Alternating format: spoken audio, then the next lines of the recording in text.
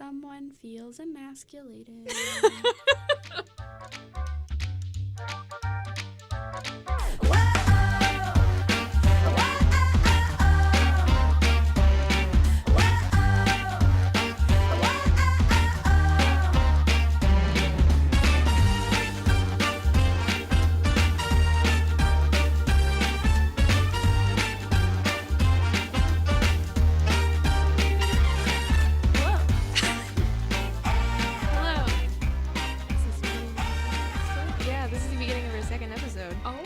Goodness. Yeah. Our second episode. 2 for 2. I don't know what that means, but we're 2 for 2. I am Maggie Crady. And I am Madison Brandl. We are the Herstory people. And we do the research so you don't have to. That's true. Is that our tagline? I am going to have to do a shout out to Adult Shit because I definitely stole their tagline. And I feel like that's all podcasts, though. It's like we do blank so you don't have to. That's true. I think Hannah Hearts is like that, too. We do the research so you don't have to. Okay. Yeah, we're the new Google. The new Google. Yep.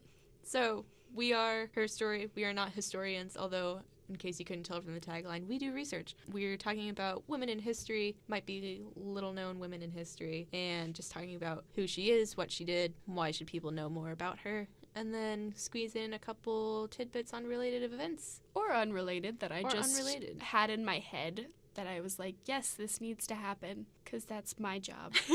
Another disclaimer, we aren't historians. We found this on Google, too.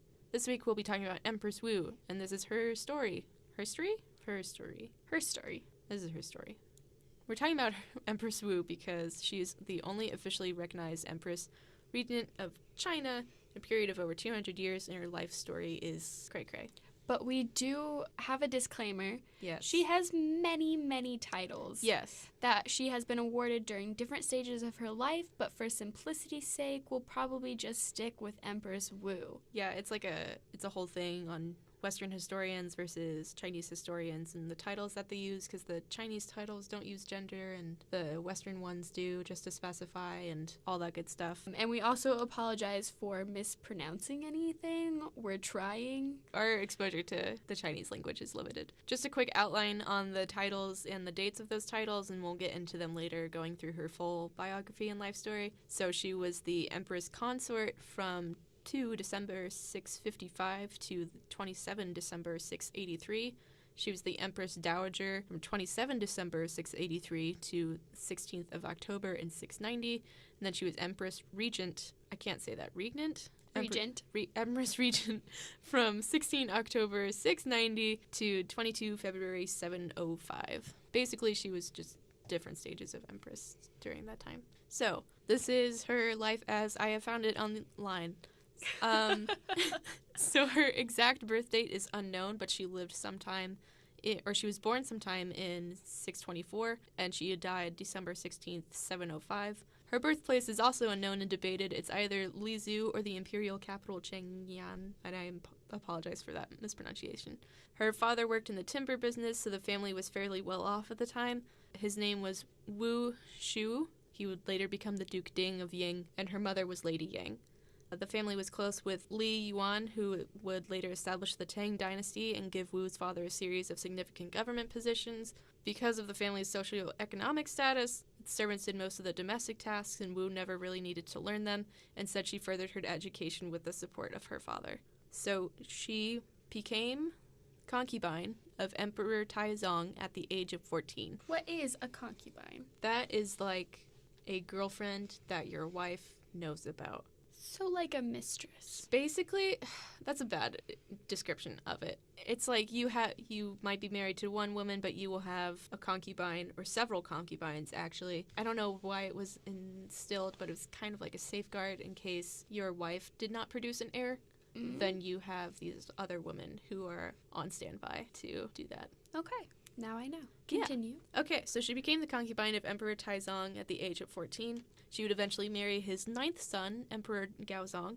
When she left home to become Taizong's concubine, her mother was apparently inconsolable until Wu told her, "How do you know that it is not my fortune to meet the son of heaven," which is the emperor, which made her mom stop crying, and she apparently understood her daughter's ambitions to rise through the court system. Wu was not one of the emperor's favorite concubines, but she did impress him with her bravery. There is an anecdote that she told one of her advisors. Emperor Taizong had a horse with the name Lion Stallion, and it was so large and strong that no one could get on its back. I was a lady in waiting attending Emperor Taizong, and I suggested to him I only need 3 things to subordinate it: an iron whip, an iron hammer, and a sharp dagger. I will whip it with the iron whip. If it does not submit, I will hammer its head with the iron hammer. If it still does not submit, I will cut its throat with the dagger. She's kind of tough, and that's a good quote. That is a good thing. It's a good quote. It's a good thing. It kind of sets the tone for the rest of her life. Sounds like it. Oh Yeah. my goodness. So the year 649, Emperor Taizong dies. He is succeeded by his youngest son, Li Zi, and he becomes Emperor Gaozong of Tang. Li becomes emperor by age of 21, and he is very sickly and politically inexperienced. He was only made the emperor due to the disgrace of his older brothers who were in line before him, and Li and Wu had an affair while his father was still alive, apparently. Gasp. It's very soap opera-y. I'm digging it. So, following the custom of the time, as Consort Wu did not have any children with the emperor at the time of his death, she was sent to the Ganye Temple, where she was expected to live the rest of her life as a Buddhist nun. On the anniversary of Emperor Taizong's death, Emperor Gaozong came to the temple to offer incense, and apparently when Gaozong and Wu saw each other, they wept and had a very emotional reunion. All of this is in front of Gaozong's wife, Empress Wang, and on his return to the palace, Gaozong took Wu with him as his own concubine. Wifey drama. Empress Wang was not in favor with Empress Gaozong at the time of Wu's return, and his actual favorite at the time was his other concubine, Consort Xiao. Wang had no children. Xiao had 1 son and 2 daughters. Empress Wang at first welcomed Consort Wu to the palace as she hoped some of the emperor's attention would be taken away from Consort Xiao. Wu quickly overtook both women as the emperor's favorite. Good. In 652, Consort Wu gave birth to her first child, a son named Li Hong. In 653, she gave birth to her second son, Li Zan. Neither son was considered as heirs to the throne due to influence from Empress Wang to make the son of another concubine the heir instead. After the birth of both children, Empress Wang and Consort Xiao joined forces against Wu to limit her influence over the emperor. And in 654, things take a turn. Dun dun dun. Consort Wu gives birth to a daughter who dies shortly thereafter with evidence of the cause of death as strangulation. Wu accuses Empress Wang of murdering her daughter, and apparently there are several eyewitnesses who saw the Empress near the baby's room around the time of her murder. Empress Wang was unable to provide an alibi, and Emperor Gaozong was led to believe Wu's argument. As punishment, Emperor Gaozong wanted to depose Empress Wang and replace her with Consort Wu.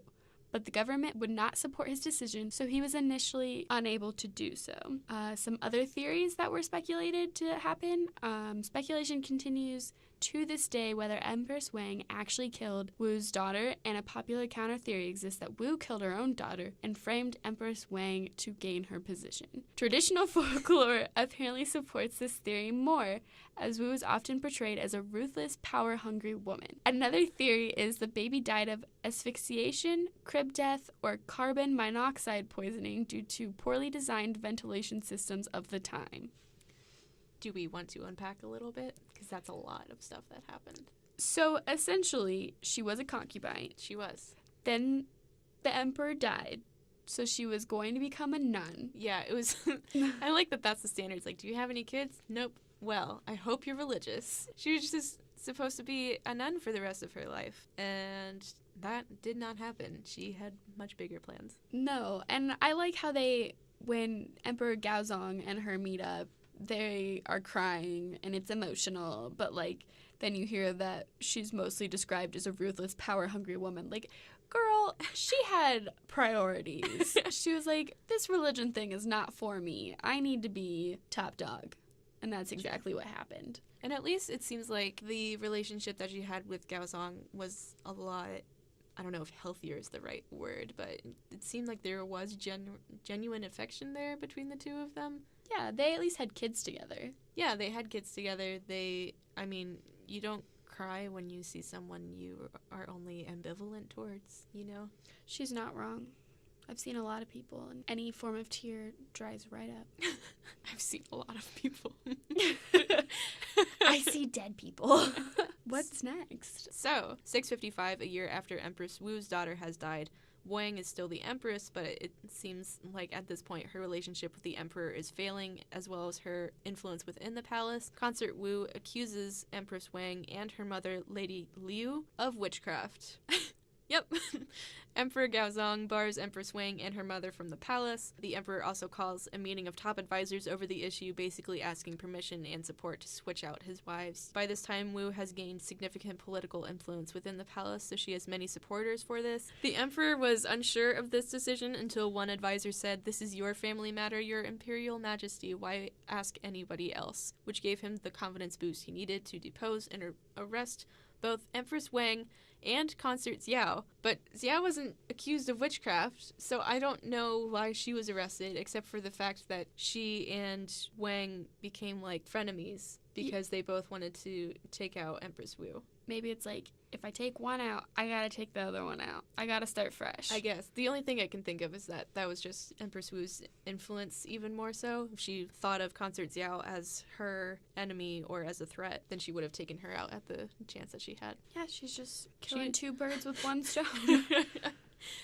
Well, literally, because Wu officially becomes Empress Consort Wu, and after a year after Wang and Zhao's arrests, Emperor Gaozong begins to consider their release, so Empress Wu had them killed. And their deaths apparently haunted her for the rest of Gaozong's reign, and she apparently refused to spend much time in the capital as a result. 656, Empress Wu's son Li Hong was named the new heir apparent, and 657, Empress Wu begins to take her revenge against those who opposed her ascension to the throne by getting her supporters to falsely accuse her enemies of treason, and then exiling them from the capital, even going so far as to execute one former advisor's sons, as the advisor had died before being able to receive his punishment. She also targeted the previous heir apparent, Li Xiong, who was not executed, only exiled and placed under house arrest. Oh my goodness. That's a good response. At 660, Emperor Gaozong's health begins to seriously affect his ability to rule, so he has Empress Wu make decisions from officials for him. So she starts gaining even more influence. She was very well educated and able to make quick decisions while understanding the complexities of issues, and her rulings were generally considered, air quotes, correct. Empress Wu's authority begins to rival the emperor's, basically. That's just the term that I found, is people were like, oh, it was correct. I guess that's just a weird way of saying that she was actually good at it. Like, she took her job very seriously. Yeah. And she obviously grew up in a well-off home, but still farming nonetheless. So she's, like, seen how the world works. Or not farming, it was timber. Timber, my apologies. She still knows how the world works, though. Yeah, she still knows how the world works, and so she's seen things, and she knows things, and she takes that into account and gets stuff done. Yeah. After a few years, Empress Wu is so involved in governmental affairs, it begins to anger the emperor. Someone feels emasculated. Anywho, in 664-ish, the Empress engages a Taoist sorcerer in witchcraft and is found out by a eunuch named Wang Fusheng. Fusheng went to the emperor, who consulted an advisor, Shengon Yi, and was told to depose the empress. Shengon Yi drafted an edict to this effect, but Empress Wu found out about the plot against her. Wu pleads her case to the emperor, who forgives her and somehow blames everything on Shengon Yi. Also apologize for the horrible pronunciation. Because both Xiang Yi and Wang Fusheng previously served under Li Zong, former heir apparent, Empress Wu had them all accused of treason. Wang Fusheng, Shengon Yi, and Shengon's sons were all executed, and Li Zong was forced to commit suicide. It's like a Game of Thrones episode. Oh, for sure. I am getting deja vu to many Game of Thrones episodes. There's still more family drama, to put it lightly. Mid-660s, many of Empress Wu's extended family members are promoted to various political positions. Emperor Gaozong made Wu's niece the Lady of Wei and apparently considered keeping her as a concubine, but did not immediately act in fear of angering his wife. Yeah, he should be afraid. What a good boy. Yeah. Wu finds out anyway, has the Lady of Wei killed by poisoning the offerings given by her other cousins, then frames said cousins for murder and has them executed. That'll learn ya. Yep. Wu's nephew, Helan Minzi, was rising through power and suspected his aunt of the murder of his sister, so of course he was accused of rape and was executed. He may have also had an incestuous relationship with Wu's mother / his grandmother. That's just something I found. I do not know. We have a lot of disclaimers in this episode. So another one, I don't know how true that one actually is, but I did see that pop up. So it could be true. Maybe you might have to do some research. We did most of it, so you didn't have to. Continuing, in 675, she starved her third son, Li Zai's wife, to death while in prison for unspecified crimes. Later that year, oldest son, Li Hong, criticized his mother for her harshness towards his half-sisters and her excessive use of influence on behalf of the emperor, and he suddenly died, leaving second son, Li Xian, as the new heir apparent. Just want to keep a count going. This is the second child who has died under mysterious circumstances. He will not be the last. Oh, yeah. No. Fallout with Li Zan soon occurred after he heard a rumor that his real mother was Empress Wu's sister. Wu also suspected her son of assassinating her favorite sorcerer, who somehow the emperor was also now cool with, I guess, because witchcraft was a thing. After he foretold that Li Xian would not be suitable for the throne. So it was the sorcerer who foretold that that would happen, and then her son, I guess, took a page out of his mom's book and just killed him, but then she got upset.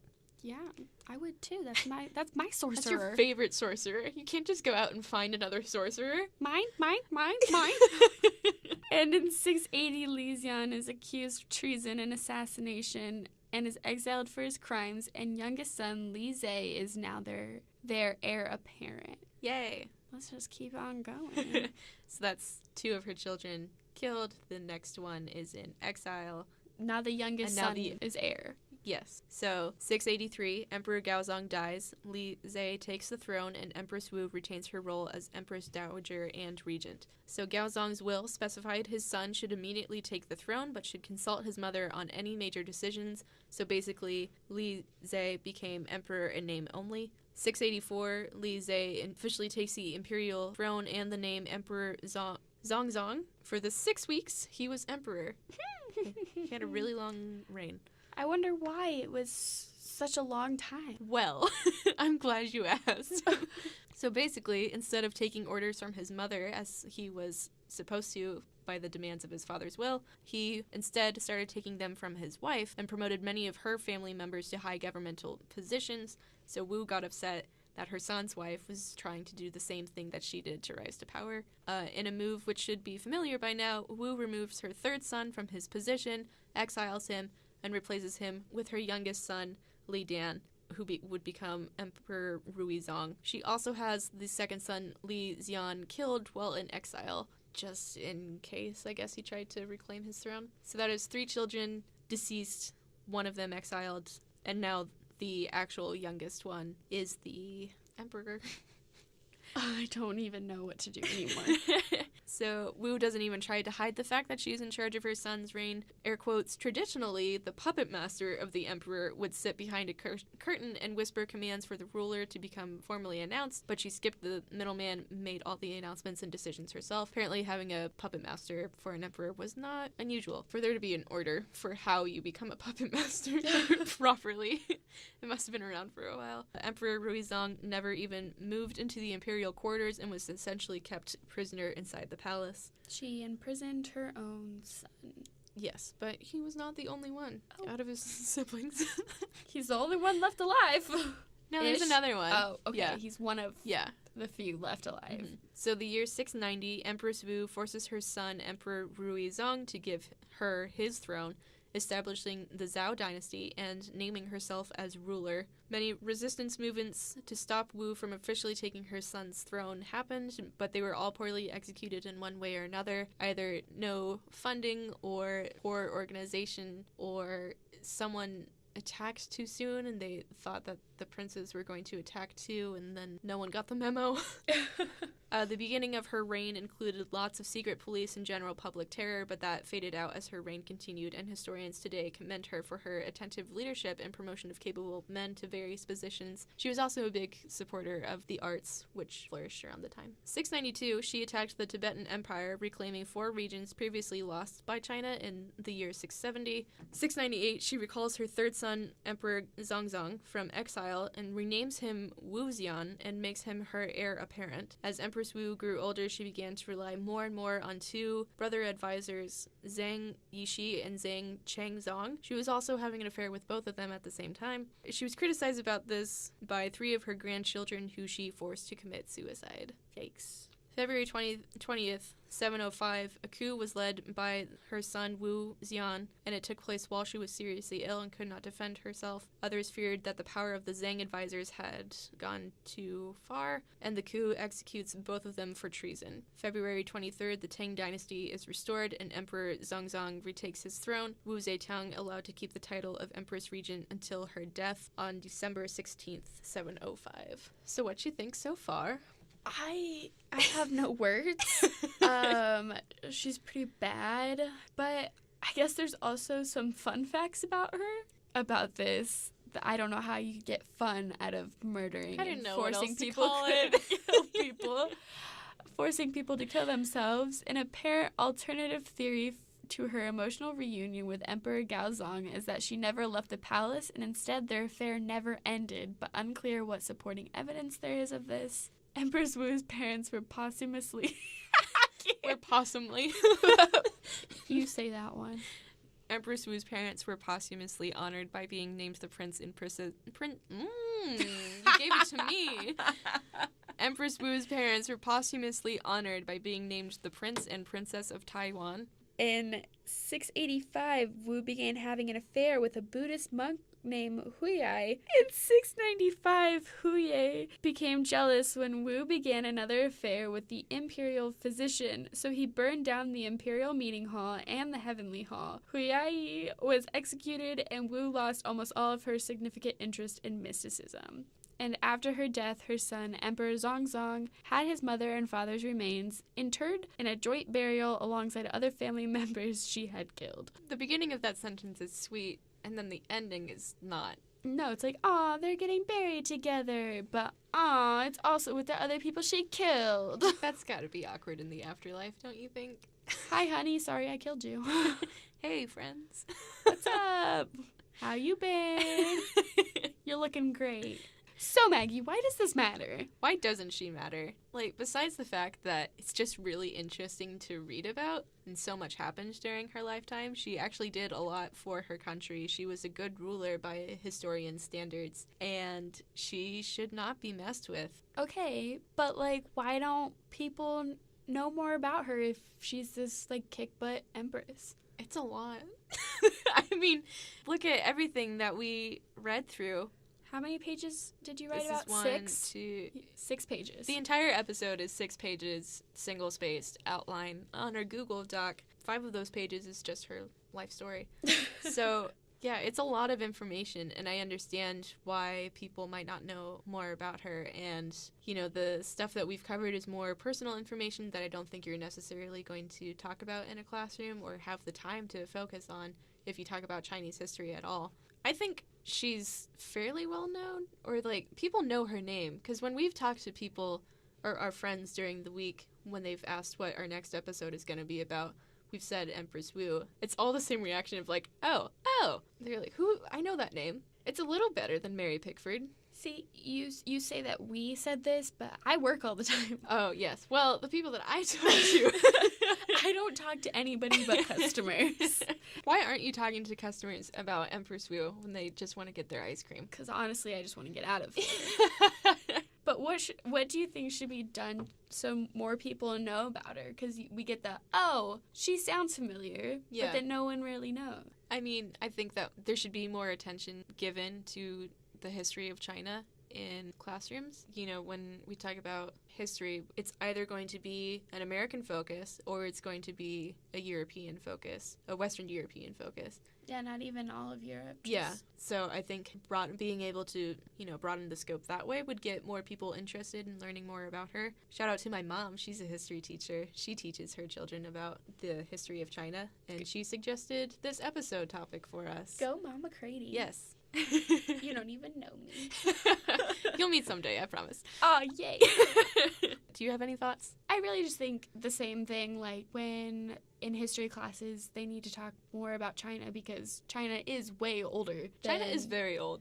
Yeah, and there was a lot of things. I watched this YouTube video the other night as like how the world came to be, and there was a lot of things about China that I had no idea. It's like one of those like how was Japan created type things. Like the history in 5 minutes or something like that. Yes, yeah. But it was like history in 10 minutes of how the world was created. And a lot of it was of China, and I was like, okay, but I know nothing about China, but oh, here's Americans, I know what we did, because I am here, and we are selfish. I think also, if any focus is given in the classrooms to China, it's like, they'll be talking about, the Europeans traveling and discovering the world and all that good stuff, or inventing things, and be like, by the way, China invented this literally hundreds of years earlier. Yeah, so we should learn more about the world. So, our big question. Grace O'Malley factor, ?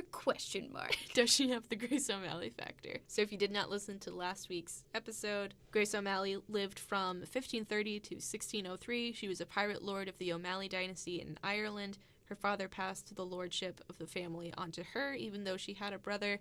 She did various impressive things throughout her life, such as once as a young girl, she was told she couldn't sail with her father because her hair would catch in the ropes, so she cut it all off to shame him.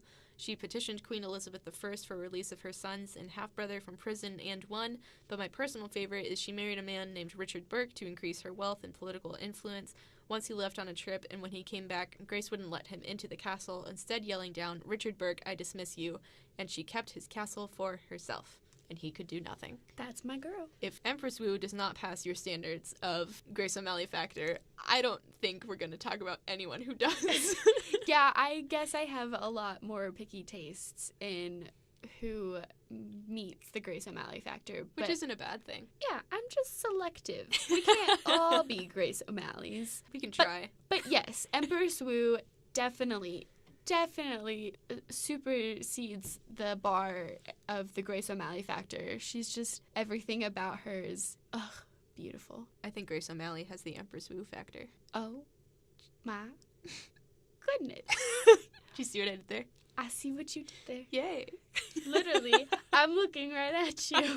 I see what you did there. You're picking up what I'm throwing down. We didn't actually pick anything up. No. Or throw. No. Because this room is small. Yes, and we don't want to hurt any of the equipment. No. So, yes, she definitely passes the Grace O'Malley factor standards. She did a lot. She acted on her own a lot. She ran an entire country by herself and was unashamed about the amount of power that she had or how she got it. So, yeah. I dig it. Empress Wu, good time. And that's her story. That is her story. That was nice. We should stick with that. That is her story. Thank you. So, transitions are hard. Yeah, we don't really know how to do a transition. We'll probably get better with time, but as of right now, we have moved on to pop culture. Something a little lighter. Yeah, this was recently something in my head that I was thinking about. I recently told my mom, because we live in Bloomington, Indiana, yes. Maggie and I. Go IU. And yes. That's here. Yes. And I was talking to my mom, and I was like, yeah, my friend's going to go take me to Kroger and get some food, but not any Kroger, Krogucci. And she was like, excuse me? And so the Kroger culture really stuck with me because I guess there's 3 types of Krogers in the Bloomington area that you can choose from. There's Krogucci, which is like the best one. There's Croquet, which is like it's next mediocre. To a Kmart. Yeah, it's mediocre and it's next to a Kmart, and that's why it's called Croquet. Good. I've never been there, obviously. Nope. And then there's Crow Ghetto. You don't really go there, I guess. It's way more limited from what I've heard.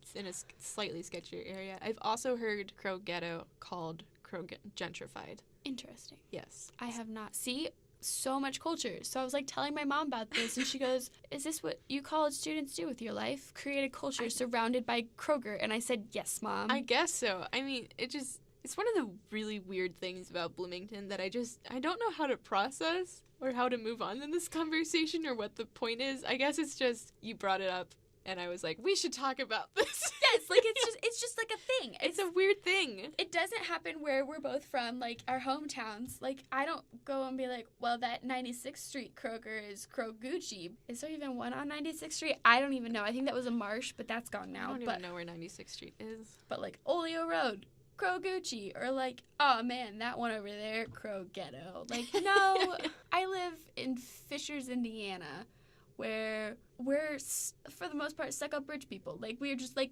Kroger or like Whole Foods. something pretentious like that. Could Fishers have Whole Foods culture? Maybe. I'm not rich enough to buy Whole Foods. I'm the other half of Fishers. We got class culture. Like, you may be in Fishers, but you're either rich or not. Or not. I'm in the not category. Another tangent of mine, but what's new? So that's Kroger culture.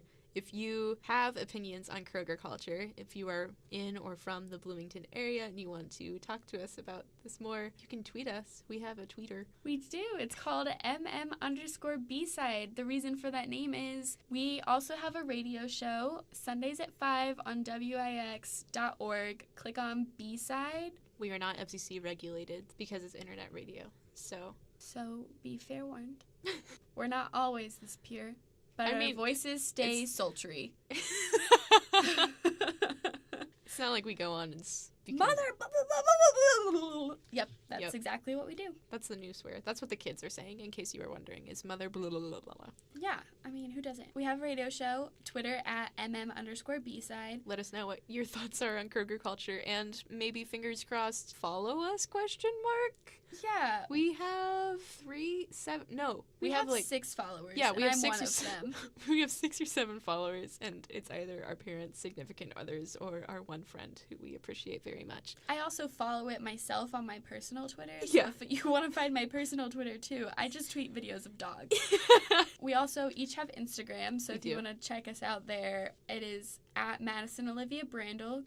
Mine is at maximum_overdrive. I can post more stuff about the podcast and the radio I should probably show try there. and do that too. But if you wanted to DM us comments or concerns about our radio show, what we could do, constructive criticism, if you just want to cuss us out, like, I understand. I'm kind of a hot mess, so I need to be called out on that. Questions, comments, concerns, hopes, dreams, aspirations. If you have suggestions for any woman that you think we should talk about on the podcast, that would be appreciated. But as much as you love your mom, we don't know your mom, so... Yes, historical figures, preferably. But, she can be from any genre. Any area of life. Any area. Literature, science, math. I think we're going to try and do more STEM people soon. Don't you worry, STEM people. We got you. But with that, I think that is the end of our 2nd episode. Yay.